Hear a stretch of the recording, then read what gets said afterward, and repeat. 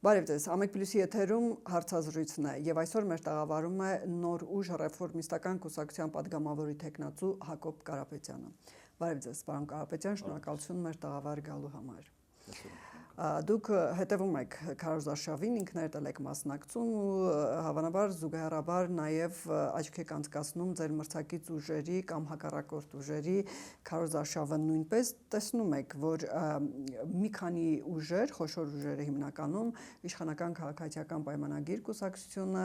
Սամվել Կարապետյանի Ուժեղ Հայաստանը, Գագիկ Ծառուկյանի Բարգավաճ Հայաստանը եւ Ռոբերտ Քոչարյանի Հայաստան դաշինքը շատ ավելի աղմկոտ քարոզչություն են իրականացնում եւ միմյանց ուղղվող ոչ միայն քննադատություններով, այլ տարատեսակ մեղադրանքներով ու շատ կոպիտ բառամթերքով։ Այս ամենի մեջ արդյոք չեք զգում, որ ձեր քարոզչությունը ինչ որտեղ նաեւ կորի, որովհետեւ ուշադրությունը կարծեք թե սևեռվում այս 4-ի միջև, 4-ի վրա։ Շնորհակալություն հրավերի համար։ Միանգամայն հակառակը, մենք տեսնում ենք փոխադարձ ատելության խոսք, սպառնալիքներ, չգիտեմ, վիրավորանքներ, հայհոյանքին հասնող անգամ արտահայտություններ եւ այդտեղ այդ շրջապատում, այսպես ասած, մեր խոսքը ավելի արժեքավոր է դառնում մեր համոզմամբ, որովհետեւ մենք տալիս ենք նախ քաղաքական խոսք, ներկայացնում ենք մեր ծրագրերը, քննադատում ենք, կոշտ քննադատության ենք ենթարկում այդ թվում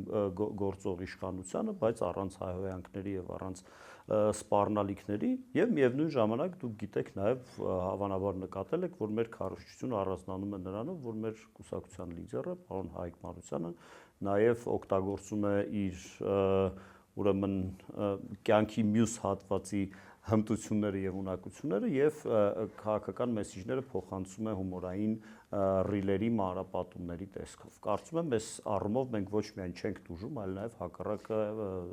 շահեկանորեն։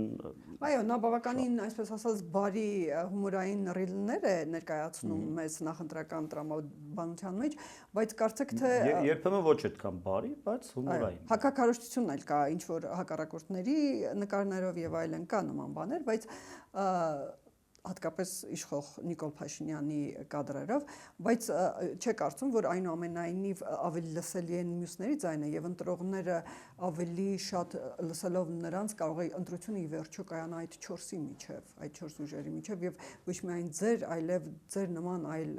մյուս 1.5 մոտավորապես տասնյակ ուժերին բաժին քիչ ձայներ բաժին հասնի։ Տեսեք, այստեղ կա իհարկե որոշակի հանգամանք, տեսեք, ինչ որ պսևդոսոցիոլոգիական հարցումներ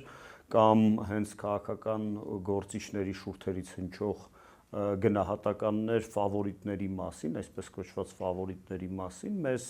հիմք է տալիս մտածելու, որ այն եռագլուխ, այսպես ասած, հրեշը, որի մասին խոսում է Նիկոլ Փաշինյանը, իրականում քառագլուխ հրեշ է, ինքն էր ներառյալ, որտեվ այդ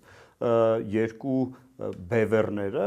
առանց մեկը մյուսի կյանք չունի եւ հենց մեկի կյանքը, մեկի քաղաքական ապագան պայմանավորված է մյուսի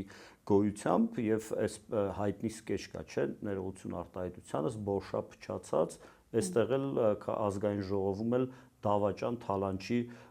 բևեռն է եւ իրենք այսպես պինգ-պոնգ են խաղում իրար հետ, պաստալով դա եւ դրա արդյունքում տուժում է հանրությունը, որովհետեւ եւ քաղաքական խոսույթի նշաձողն է նվազում եւ ընդհանրապես դրանից բովանդակությունը կորում է, ծրագրերը կորում են, ապագային միտված խոսակցությունները կորում են։ Անընդհատ տեսնում ենք անցյալին են քաշում եւ կրկին այս պարադիգմում մեր խոսույթը կարծում եմ, որ շահեկանորեն տարբերվում է, որովհետեւ մենք առաջ ենք նայում, որովհետեւ մենք քննադատում ենք իշխանությանը ոչ թե հետևից, այլ քննադատում ենք արչևից, ասում ենք, որ քո ռեֆորմները ձախողված են, որ քո ռեֆորմները եթե ինչ-որ միտեղ էլ ահաջողված են, դրանք դանդաղում են, որ դու 18 թվականին ոչ թե թուրք-ադրբեջանական դավադրություն ես իրականացրել, այլ իրականացրել ես ժողովրդական իրականացրել ես ժողովրդի կամքը եւ հեղափոխական փոփոխությունների խոստում ես տվել, որոնք սակայն հիմա չես կատարում։ Սա է տարբերությունը։ Այ բարեփոխումներին անդրադարձակ, դուք ես ձեր ծրագիրը նայեցի, դուք այնպիսի առաջնահերթություններ եք առաջ քաշում կամ խոստումներ եք տալիս համընդհանուր ապահովագրություն, սոցիալական, կրթական եւ այլ խնդիրներ, անվտանգային, պաշտպանական, բանակի վերափոխում եւ այլն, պրոֆեսիոնալ բանակի անցում, այդ նույն խնդիրները իրար արժեվ դրել է նաեւ քաղաքացիական պայմանագիր կուսակցությունը եւ մեծ մասը ձեր նշած նպատակների եւ նրանք մեծ ինչ որ մի մասն էլ իրականացնում են, նրանք կարող են ձեզ հակադարձել ասել մենք անում ենք արդեն, համընդհանուր ապահովագրությունը արդեն իրականություն է, նոր է սկսվել, իհարկե ասում են, որ մենք դեռ բարելավելու անհրաժեշտություն կունենանք այդ ծրագրի մեջ, բանակի վերափոխման կամ պրոֆեսիոնալ բանակի անցման, անվտանգություն, խաղաղություն եւ այլն եւ այլն։ Նրանք ասում են մենք միշտ դուք խոստանում եք եւ ծրագիր եք գրում, որ մասնակցեք ընտրություններին, մենք դրանք արդեն անում ենք։ Ինչու պետք է նրանց չընտրեն այս դեպքում եւ ընտրեն ձեզ։ Հասկանալի է, նախ համընդհանուր առողջապահական ապահովագրության դրույթը հավանաբար դուք կարդացել եք կուսակցության հիմնական ծրագրի, հա, ոչ նախընտրական ծրագրի, որը 24 թվականին է հրապարակվել եւ այդ ժամանակ դեռ ներդրված չէր առողջապահությունը, դա մեր սխալն է, միգուցե այնտեղ ինտերֆեյսում խնդիր կա։ Ընդունենք այդպես, հա, իսկ ներկա ծրագրում իհարկե դա չէ, բայց այնտեղ մնացած տարբեր բանական, որոնք այո, որոնք իշխանություններն ասում են մենք անում ենք արդեն։ Տարբերությունը նա է, որ տեղ-տեղ իշխանությունը դա անում է դանդաղ, տեղ-տեղ ուղղակի չի անում, տեղ-տեղ շեղվում է ուղղությունից եւ օրինակ խոսենք հա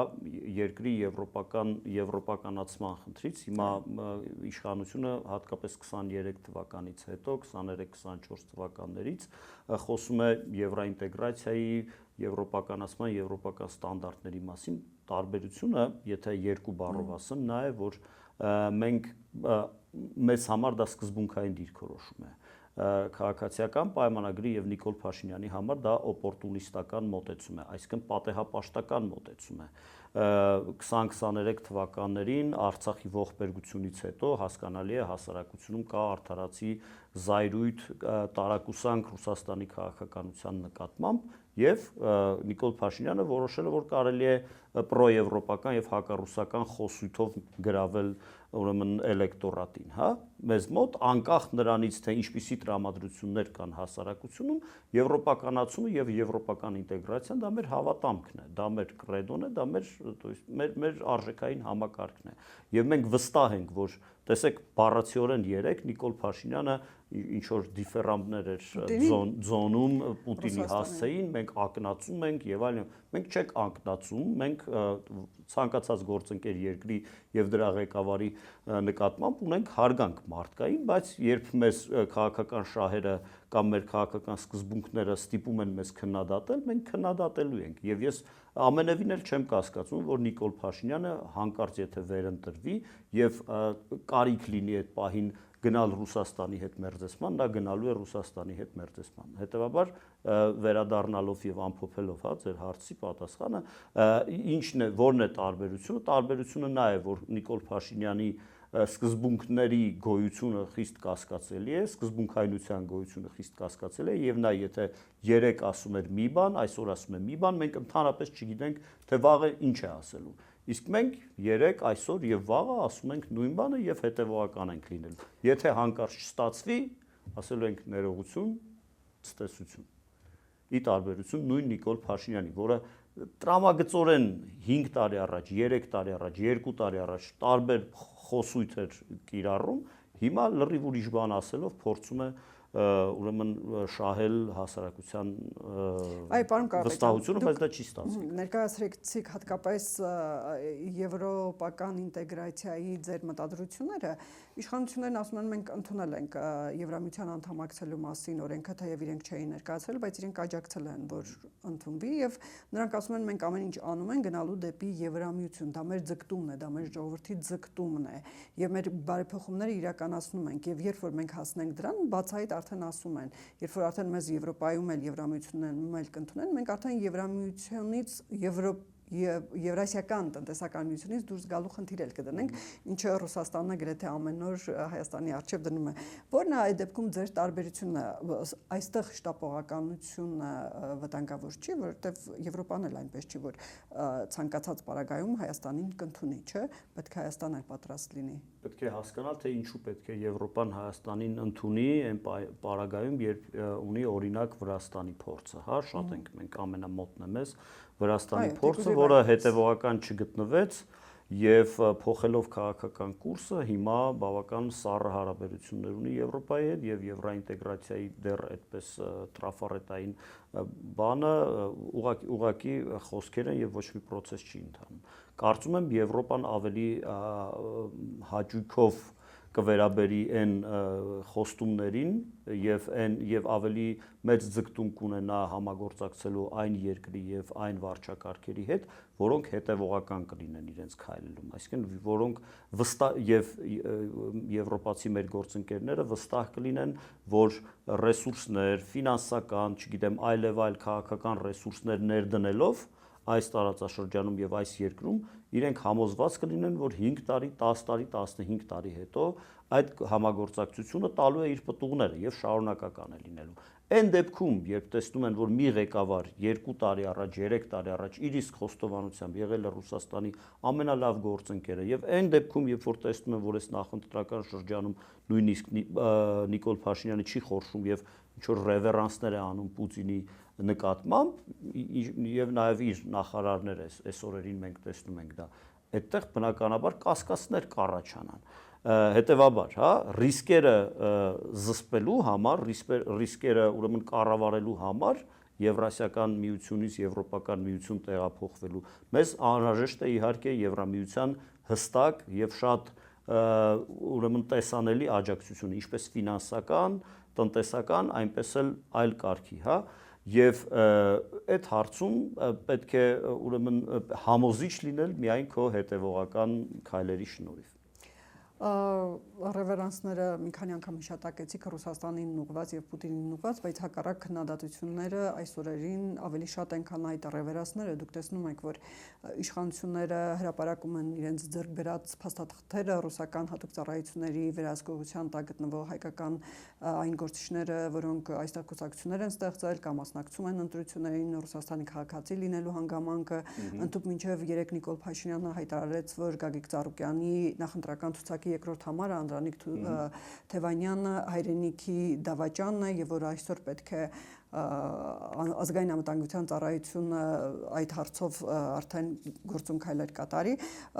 սա էլ կա։ Ներողություն, դա հակառակն է, դա հենց հակառակի մասին է վկայում, որովհետև եթե Նիկոլ Փաշինյանը կամ եթե իշխանությունը, եթե իրավապահ մարմինները առավել եւս համարում են, որ օտարերկրյա գործակալական ցանցի անդամ լինելը պետք է բացառի Հայաստանում քաղաքականությամբ զբաղվելը, եթե երկքաղաքացիություն ունենալը պետք է բացառի Հայաստանում քաղաքականությամբ զբաղվելը, ապա այդ մարդիկ պետք է գրանցված չլինեին որպես թեկնածու։ Եթե նրանք գրանցված են, այստեղ կա երկու տարբերակ։ Կամ ուրեմն Փաշինյանի համար դա սկզբունքային չէ եւ նրանք հենց ռևերանս են արել Պուտինին թույլ տալով նրանց մասնակցել Հայաստանում քաղաքականությանը, Պուտինը անձամբ է խնդրել, հետեւաբար պետք է ենթադրել, որ Փաշինյանը չի մերժել, կամ եթե Փաշինյանի սրտով չէ դա, ուղղակի նա չի տիրապետում իրավիճակին, երկրում օպերատիվ իրավիճակին կամ, չգիտեմ, իրավապահները նրան չեն ենթարկվում, երկու տարբերակն էլ լավ բանի մասին չի խոսում։ Որն է, ըստ ձեզ որ տարբերակն է ավելի հավանական։ Ես ավելի շատ հակված եմ, որ պարոն Փաշինյանը հենց այն հայտնի հանդիպման օրը պայմանավորվել է։ Ինչ է պայմանավորվել։ Վլադիմիր Վլադիմիրովիչի հետ, որ թույլ կտա նրա սրտի թեկնածուներին մասնակցել անխոչնդոտ կերպով։ Դե նրանք մասնակցում են, ովքեր որ Ռուսաստանի քաղաքացի են, ցուցակներում ընդգրկված չեն, ովքեր որ քաղաքացի են, ասում են Նարեկ Կարապետյանը քաղաքացի է եղել, մի կողմից համ քննադատում են, համ ասացին դա կեղծիք է եւ հակառակ եւ ամսաթիվը փոխեցին այդ հարկային ծառայության։ Չեմ ուզում որևէ մեկին մեղադրել կամ առավել եւս խախտել անմեղության կանխավարկածը, եթե ասում են, որ Թևանյանը բան է, հայրենիքի դավաճանը եւ գործակալ է, լրտես է, հա, այս երկու օրն է սկսել Թևանյանը լրտեսել այդ պարագայում։ Կարծում եմ, որ չէ, առնվազն մի քանի ամիս կամ մի քանի տարի, հա, այդ եթե ենթադրենք, որ այդպիսի բան կա։ Իսկ ինչի են հիմա դրա մասին խոսում։ Ինչի, օրինակ, ինչի է քաղաքական նպատակահարմարությունից ելնելով։ Իսկ դա արդեն աղճատում է ամբողջ դեմոկրատական process-ը։ Իրավական գործընթացները չպետք է ենթարկվեն քաղաքական նպատակահարմարությանը։ Լավ է ուշ քան երբեք, կամ ասում են, որ դատախազությունը նոր է հարմար համարում իրավապահ մարմինները, օրինակ Ծառուկյանի Արարացեմենտի դեպքում ասում են այնպես չի, որ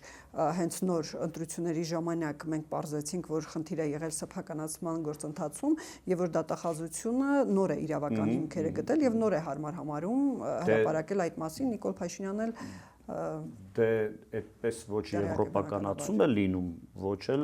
իրավական պետություն է լինում, վերադառնալով ձեր բանի, ինչով եք տարբերվում, այն մեր ընկալումների մեջ դա խայտառակություն է, դա ժողովրդավարությանը դեմ է։ Եվ դա հենց աղճատում է եւ ընտրական process-ն է աղճատում եւ ժողովրդի կամքն է աղճատում եւ ընդհանրապես ժողովրդավարության մասին ընկալումներն են աղճատում։ Նույն հաջողությամբ, օրինակ իմ դեմ միգուցե հիշեք ամիսներ առաջ բռնություն էր տեղի ունեցել, որը իմ համոզմամբ քաղաքականապես մոտիվացված էր։ Հիմա ես չգիտեմ իմ համոզմունքները հաստատվել են թե հերքվել են, որովհետեւ իրավապահ մարմինները որևէ գործողություն չեն իրականացրել դա պարզելու համար։ Եվ ես ունեմ տեղեկություն, որ դա այդ բանը, այդ ինչպես են սառեցումը այդ իրավական գործընթացի եղել է քաղաքական նպատակահարմարությունից ելնելով։ Լավ, ամեն դեպքում օրինակ զուտ արարած ցեմենտի դեպքում խոսակցությունները բավականին վաղուց էին գնում, ձեր կարծիքով դուք ինչպես եք գնահատում այդ քայլը դատախազության կամ ընդհանրապես իրավապահ մարմինների, հատկապես որ մինչև հեղափոխությունը լայց սեփականացման մասին դուք որպես լրագրող էլ ըստ երևույթին առնչություն ունեցած կամ կարդացած գոնե կլինեիք, որ այդ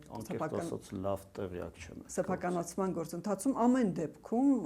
խոսակցություններ կային, հրապարակումներ կային եւ կառավարությունը Նիկոլ Փաշինյանը հայտարարեց, որ այնտեղ կառավարության ներկայացուցիչ է նշանակված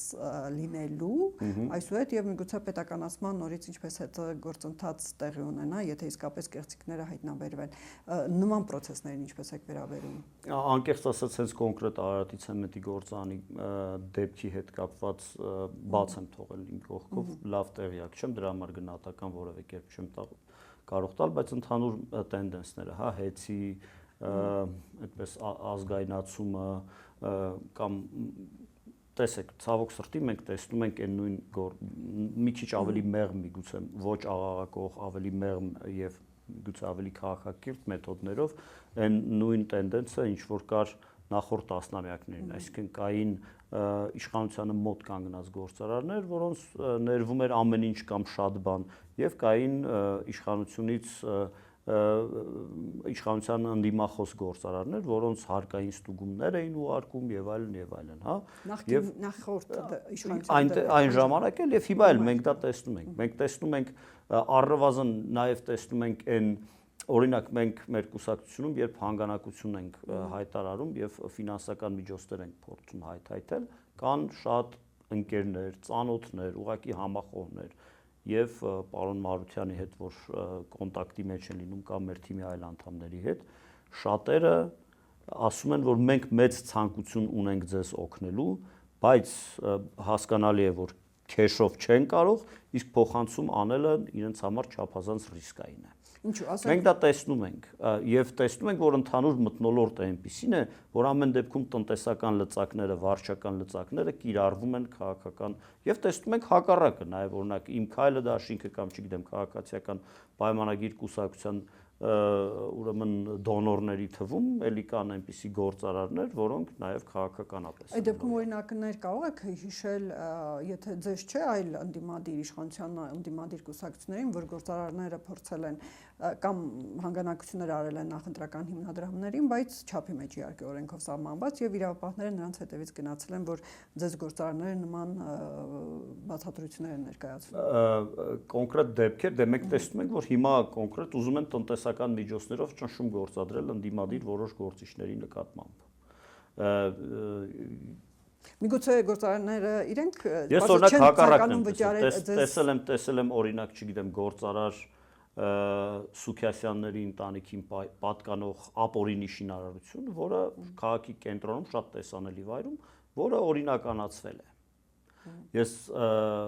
համոզմունք ունեմ, որ եթե պարոն Սուքիասյանը չլիներ իշխանական թիմի անդամ եւ հակառակը, եթե ընդդիմադիր ակտիվ գործունեություն ծավալեր, ոչ միայն նրա ենթադրենք Queen Burger-ի առաջի հարկի վրա երկրորդ հարկը թույլ չէին տա կառուցել, այլև այն առաջին հարկն էլ կքանդեին հողին։ Սեփականացրել են երբ։ Այս վերջի 2-3 տարիների ընթացքում։ Նա փորձում էր սեփականացնել նաև ապօրինի շինարարություն էր նա իրականացնում այդտեղ, ահազանգ էր եղել, որը եւ փաստվել էր ապօրինի շինարարություն։ Այսինքն Հայկ Մարությանի քաղաքապետ եղած ժամանակ ասացվել է կամ նրան նախորդող, չէ, Հայկ Մարությանի քաղաքապետությունից հետո էր եղել։ Հայկ Մարությանի քաղաքապետության շրջանում եւս մի շատ խոշոր ապօրինի շինարարություն էր արձանագրվել Սուքիասյանների ընտանիքի կողմից, բայց դա արագ ուրեմն դրա հետևանքները վերացվել են։ Բարձր։ Տեսեք,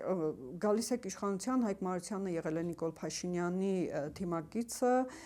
հիմա հետո իհարկե հայտնի իրողություններ եղան եւ նա առանձնացավ, հիմա արդեն ընդդիմադիր գործիչ, կան ձեզ ուղղված քննադատություններ, հատկապես Երևան քաղաքի այն խնդիրների պատճառով, որ Մարությանը նույնպես իր քաղաքապետ եղած ժամանակ այնքան շին թույլտվություններ է տվել առանց հաշվարկելու Երևան քաղաքի հատկապես կենտրոնի ենթակառուցվածքների հնարավորությունները, որ հիմա այս անտանելի երբեմն խցանումների մեղավորներից մեկն էլ կարող է ինքը լինել։ Շնորհակալություն հարցի համար, շատ լավ է, որ դուք ասացիք հատկապես կենտրոնի, որովհետև կենտրոնում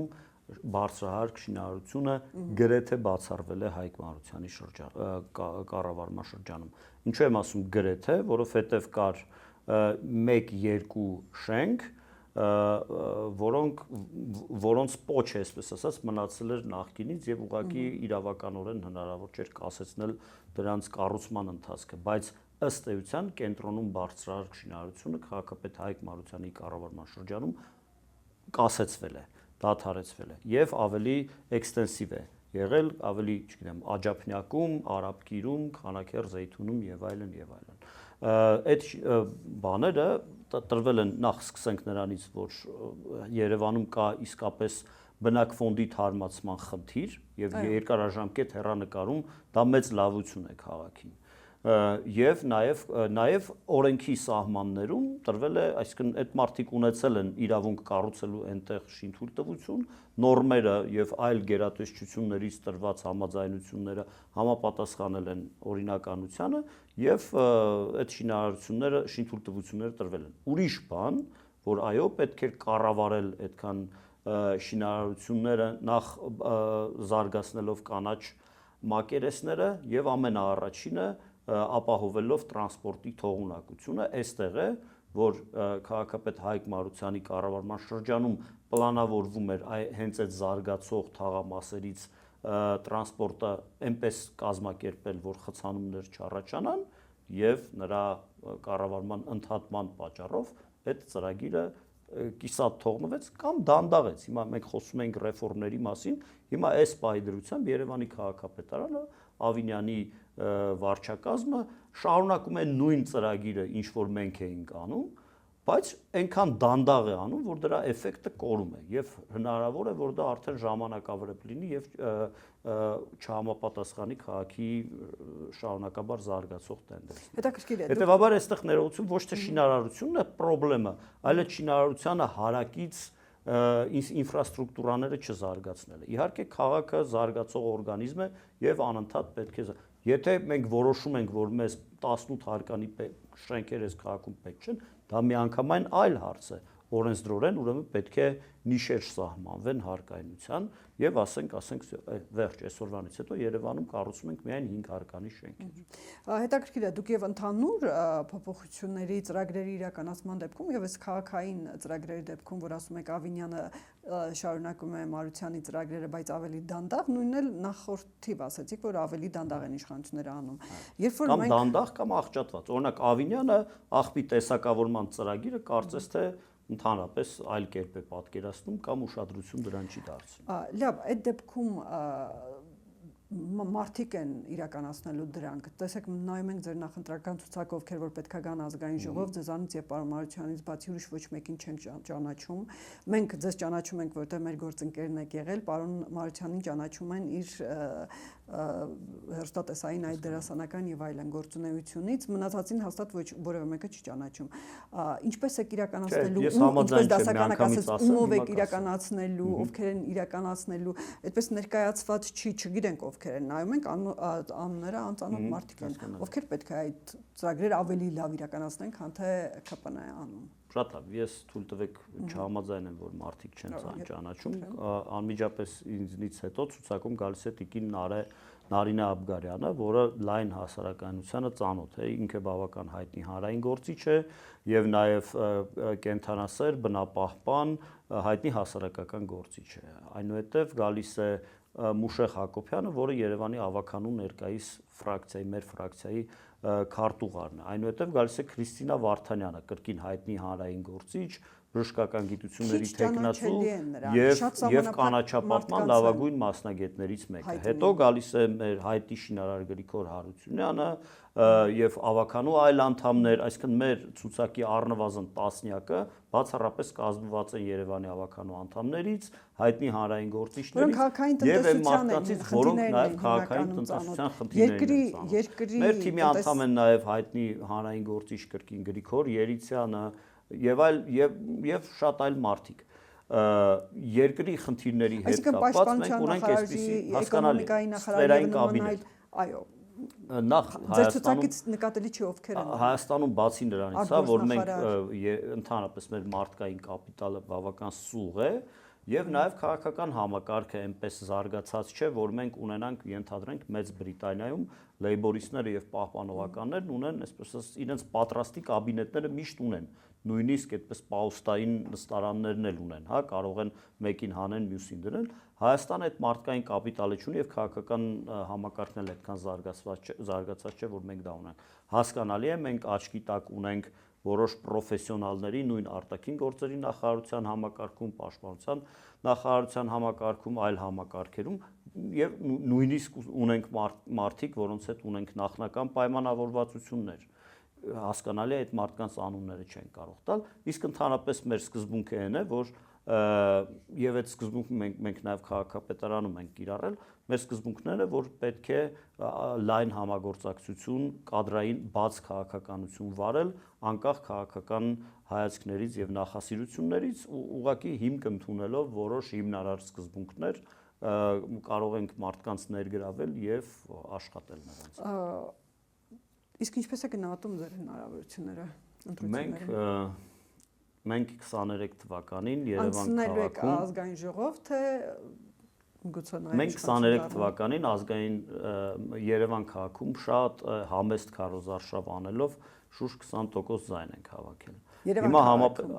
համապետական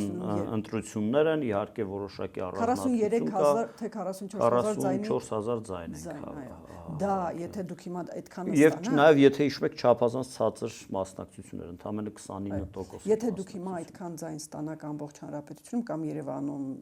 ամեն դեպքում ազգային ժողով անցնելու համար 50000 եւ պլյուս ձայն է անհրաժեշտ։ Մենք կարծում ենք, որ ավելի շատ կհավաքենք։ Մենք առնվազն ազգային ժողովում անդիմադիր խմբակցություն ենք մտադիր ձևավորել եւ իսկ դրանից բացի նաեւ պատրաստ ենք մասնակցել կոալիցիոն կառավարմանը, իհարկե նաեւ պատրաստ ենք միանձնյա ստանձնել կառավարությունը ավելորդ անհամեստություն չանելու համար մենք ավելի հավանական ենք համարում կոալիցիոն կառավարության կազմումը։ Կոալիցիայի դեպքում բացառել եք, որ կմիանաք ԿՊ-ին եւ Ռոբերտ Քոչարյանին, այնտեղ հավանական ազգային ժողով անցնող ուժերի շարքում է Սամվել Կարապետյանի, Ուժեղ Հայաստանը, Գագիկ Ծառուկյանի, Բարգավաճ Հայաստան կուսակցությունը, այս վերջին դեպքերի դեպքում, այսպես ասած, դրանք չեն ձեզ յետ պահում այդ մտադրությունից, թե դուք դեռ պետք է սպասեք դրանց հաստատմանը։ Մենք շատ մտահոգված ենք նախ ընտրությունների արդյունքի վրա կաշառքների կամ ապօրինի այլ միջոցների կիրառմամբ ազդելու փորձերի մասին տեղեկությունները, դա մեզ շատ մտահոգում է։ Մեզ շատ մտահոգում է նաև օտարերկրյա ազդեցությունների մասին տեղեկությունները։ Այդուհանդերձ դեռ մենք փակ չենք համարում այդ հնարավորությունը։ Պարոն Սամվել Կարապետյանի ղեկավարած ուժի հետ կապված, անձամբ Սամվել Կարապետյանի վարչապետ դառնալը հունիսի 7-ի ընտրությունների արդյունքում իրավականորեն անհնար ենք համարում։ Այդտեղ հաղթահարելի խոչընդոտ ենք տեսնում։ Սակայն սկզբունքորեն եւ տեսականորեն մենք չենք կարծում, որ մեկ անձին վարչապետ դառնալու համար կարելի է Հայաստանում սահմանադրություն փոխել, հակառակը մենք տեսնում ենք այսօր անձնիշխանության միտումներ Նիկոլ Փաշինյանի կառավարման մեջ եւ դա մեզ ամենևին դուր չի գալիս, հասկանալի է, որ մենք չենք նպաստելու այդպիսի տենդենսների խորացմանը։ Մնացած բաները քննարկման առարկա են։ Ես չեմ կարող ասել, որ մենք կոալիցիա անպայման կկազմենք, բայց նաեւ չենք կարող բացառել։ Շատ լավ։ Նիկոլ Փաշինյանը հայտարարում է իր քարոզարշավի ընթացքում նորից Ռոբերտ Քոչարյան, Գագիկ Ծառուկյան եւ մյուսներին մի շարք այլ անուններ կամ առանց անուններ, որ Թալանի եւ այլ նախկինում ինչած այլ մեղադրանքների արդյունքում այս անգամ հաստատ չեն պլստալու եւ նստելու են։ Ինչ եք մտածում այս մասին։ Մեր իրավապահ համակարգն է թերանում եւ չի կարողանում կամ միգուցե նրանց վրա նախկիների ազդեցություն կամ միգուցե Նիկոլ Փաշինյանի այս խոսունյութը պարբերաբար կրկնվում է ոչ միայն ընտրությունից ընտրություն, այլ դեպքերի բերումով, ինչու են նման խոսույթը անդադ հետապնդում մեզ։ Շատ լավ։ Տեսեք, մեր հանրային խոսույթում մի մեծ մոլորություն կա, մենք անընդհատ Նիկոլ Փաշինյանի իշխանության մասին խոսելիս ասում ենք նոր իշխանությունները, նորերը եւ այլն եւ այլն։ Նիկոլ Փաշինյանը արդեն 9-րդ տարում է իր կառավարման։ Մայիսի 8-ից սկսած պաշտոնապես 9-րդ տարում է, 8 տարի անցել է արդեն։ 8 տարին դա նոր չէ եւ 8 տարին դա քիչ է։ 8 տարվա ընթացքում եթե դու մի բան չես արել, նշանակում է ձախողել ես, կամ դու չես ուզեցել իսկապես անել, ելի վերադառնալով մեր խոսակցության սկզբից, կամ իսկապես քո խնդիրը չի եղել այդ թալանչիներին հայտնաբերելը եւ պատժելը եւ այդ թալանի ծիլերը արմատախիլ անելը, կամ դու չես կարողացել։ Երկու տարբերակում էլ դու այստեղ էլ անելիք չունես։ Բավականին դժվար է, որտեղ զգուշ են աշխատել իրենց գնացեք, ճանապարհը տվեք, տեղը տվեք նրանց, ովքեր որ այդ դժվարության պայմաններում ձևերը գտնում են։ Մենք Երևանի քաղաքապետարանում քաղաքապետ Հայկ Մարությանը բավական այսպես ահռելի ճգնաժամային իրավիճակներ, աղբի ճգնաժամը, չգիտեմ դուք հիշում եք թե չէ, երբ որ քաղաքում ամառվա օրերին աղբի սարեր էին գոյացած եւ այնտեղ լիքը անհաղթահարելի թվացող խնդիրներ կային, չգիտեմ, տենդերները կարող էին չստացվել, ձախողվել, ուրեմն այդ պահին գործող կազմակերպությունը Սանիտեկ ամեն օր սպառնում էր միջազգային դատարանով, միլիոնների տուգանքներով, ընդդիմությունը առավոտից իրիկուն շատ մեծ ճնշման եւ մարդիկ բնական այդ ճգնաժամը մենք կարողացանք լուծել լավագույն ձևով եւ ոչ միայն լուծել, այլ նաեւ ստեղծել իդեալական աշխատող համայնքային համակարգ ամբողջովին նոր տեխնիկայով եւ պարկով եւ այլն։ Սա մանրակերտն է, սա փոքր հարցն է, որը մենք կարողացել ենք բավական ճգնաժամային պայմաններում լուծել եւ ոչ միայն դա, լիքը այլ հարցեր ենք լուծել։ Իսկ Նիկոլ Փաշինյանը տեսնում եք չի կարողանում 8 տարվա ընթացքում այդ եռագլուխ հրեշին գլխատել, ուրեմն ինքը պետք է ճանապարհ տա նրանց, ովքեր կարողանում են դա անել։ Գիտեք ինչու չի կարողանում, որովհետև նա երբեմն կներեք բառիս համար սիլիբիլի է անում նրանց հետ։ 21 թվականին Նիկոլ Փաշինյանը կարողացել է գնալ արտահերտ ընտրությունների Գագիկ Ծառուկյանի դիրքորոշման պատճառով։ Այսօր նա կներեք գոռգոռում է Գագիկ Ծառուկյանի վրա եւ դեմոնիզացնում է նրանց։ Բայց իրենք նրանց պոտենցիալ պարտներներն են եղել 21 թվականին, իսկ 18 թվականին ընդհանրապես թղթով կոալիցիոն հուշագիր են իրար հետ ստորագրել։ Այսինքն եթե այդ մարդիկ իրար հետ քաղաքական ընդհանուր շահ են ունեցել, հետեւաբար միգուցե պատասխանը հենց այն է, թե ինչի այդ իրենց ասած ենթադրյալ հանցագործությունները իրենք չեն կարող։ Գագիկ որ ուրեմն որ խորհրդարանը ցրվեր եւ արտահերտ ընտրություն նշանակվեր։ Այնտեղ Ծառուկյանը խոշոր ֆրակցիա ուներ եւ նրա դիրքորոշումը կարեւոր էր։ Բարձր։ Տեսեք, ընթացքում մենք հիշատակեցինք հարցազրույցի ընթացքում մեր Ռուսաստանի հետ խնդիրները։ Ռուսաստանից սպառնալիքները Հայաստանին ամենօրյա եւ որ արդեն մի քանի անգամ է տեղի ունենում, ինչ է կարծում այնուամենայնիվ, ինչ ընտրություններից հետո արդեն հունիսի 8-ից հետո մենք հայ-ռուսական ինչ հարաբերություններ կունենանք։ Մեր առաջ Ռուսաստանի տարբեր բարձրաստիճան պաշտոնյաներ դնում են այնպիսի խնդիրներ, որ արդեն դուք պետք է որոշեք ԵՄ թե ԵԱՏՄ են գնալու։ Մենք ինչ Հայաստան կամ ինչ հայ-ռուսական հարաբերություններ ենք ունենալու ընտրություններից հետո։ Իհարկե կախված է ընտրությունների արդյունքից եւ կոնֆիգուրացիայից ազգային ժողովում։ Ես հուսով եմ, որ մեր համակարգացիները հնարավորինս մեծ վստահության քվե կտան նոր ուժ կուսակցությանը եւ մենք Ռուսաստանի հետ կկառուցենք կանխատեսելի փոխադարձ հարգանքի եւ փոխադարձ շահի վրա հիմնված հարաբերություններ։ Ռուսաստանցի մեր գործընկերները կարծում եմ մեզանից լավ գիտեն, որ սպառնալիքները դաշնակցային հարաբերություններում լավ չեն աշխատում եւ հակառակ էֆեկտն են հաճախ տալիս։ Ռուսաստանի ազդեցությունը հայաստանյան ընտրությունների վրա գնալով նման հրապարակումները կամ նման երևույթներն ավելի են ուժ գնանում վերջին բացահայտումների կամ հայրենիքի դավաճան եւ այլն նման այլ բացահայտումների առումով, ինչ է կարծում, կարող է այս հրապարակումները, քրեական գործերը տանեն նրան, որ ինչ որ ուժեր ի վերջո, ինչ որ ուժերի մասնակցությունը ընտրություններին արգելվի, ունեք նման տպավորություն։ Անկեղծ ասած անընդհատ գիտեք հանրային խոսույթում խոհանոցներում դրա մասին են խոսում, այս կամ այն կուսակցությանը կհանեն պայքարից, ես ավելի շատ հակված եմ, որ չեն հանի վերևում նշված հանգամանքների բերումով։ Ես կարծում եմ, որ տեսեք, նույն ընդհանրապես մենք խոսում ենք Նիկոլ Փաշինյանի արտաքին քաղաքականության կամ այդ եվրոպական կողմնորոշման մասին, այս ընթացքում ինչ ասես ասվել է, չգիտեմ, եւ դա այսպես սպորադիկ բնույթ ա կրում, հա, մեկ ասենք Ալեն Սիմոնյանը ինչ որ Վալենտինա Մատվիենկոյի նկատմամբ սիրառատ հայտարարություններ է անում, մեկ 5-րդ Շարասյուն եւ ագրեսիվ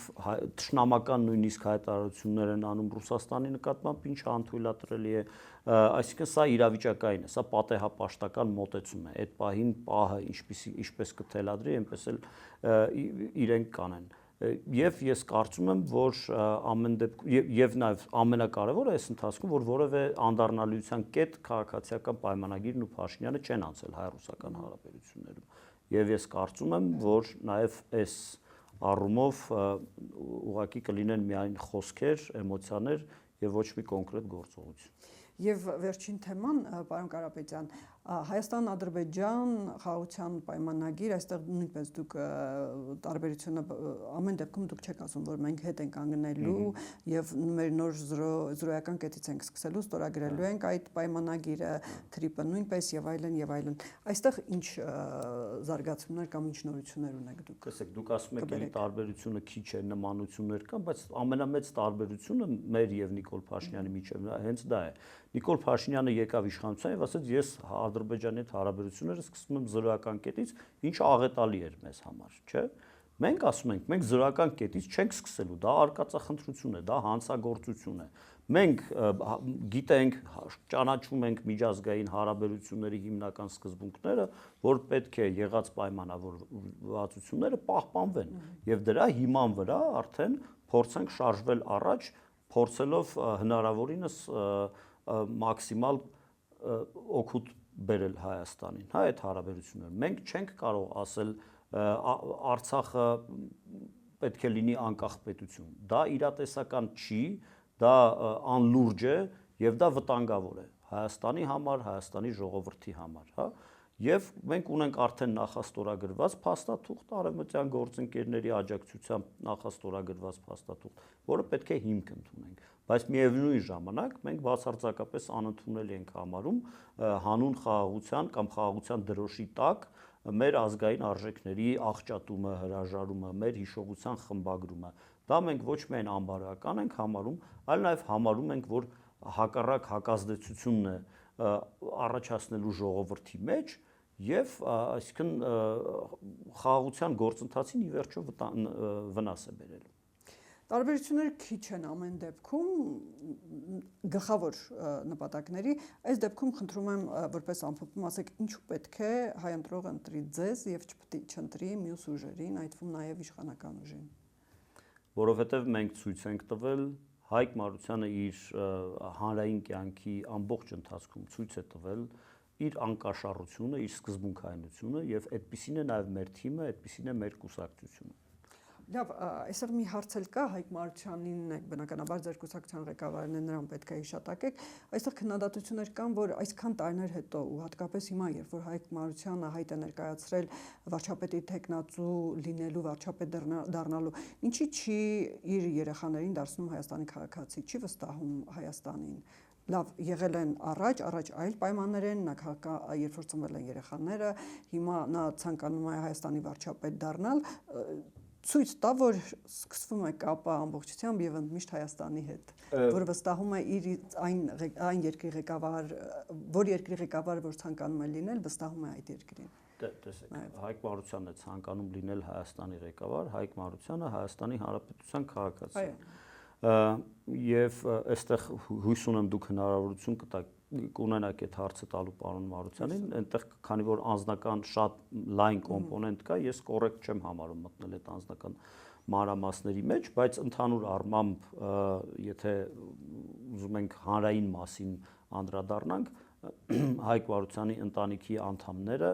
բոլորը ապրում են Հայաստանում, կնքված են հայ առաքելական եկեղեցում, խոսում են հայերեն, հաճախում են հայկական դպրոցներ, հայալեզու դպրոցներ եւ իրենց կյանքը ամբողջությամբ կապված է Հայաստանի Հանրապետության հետ։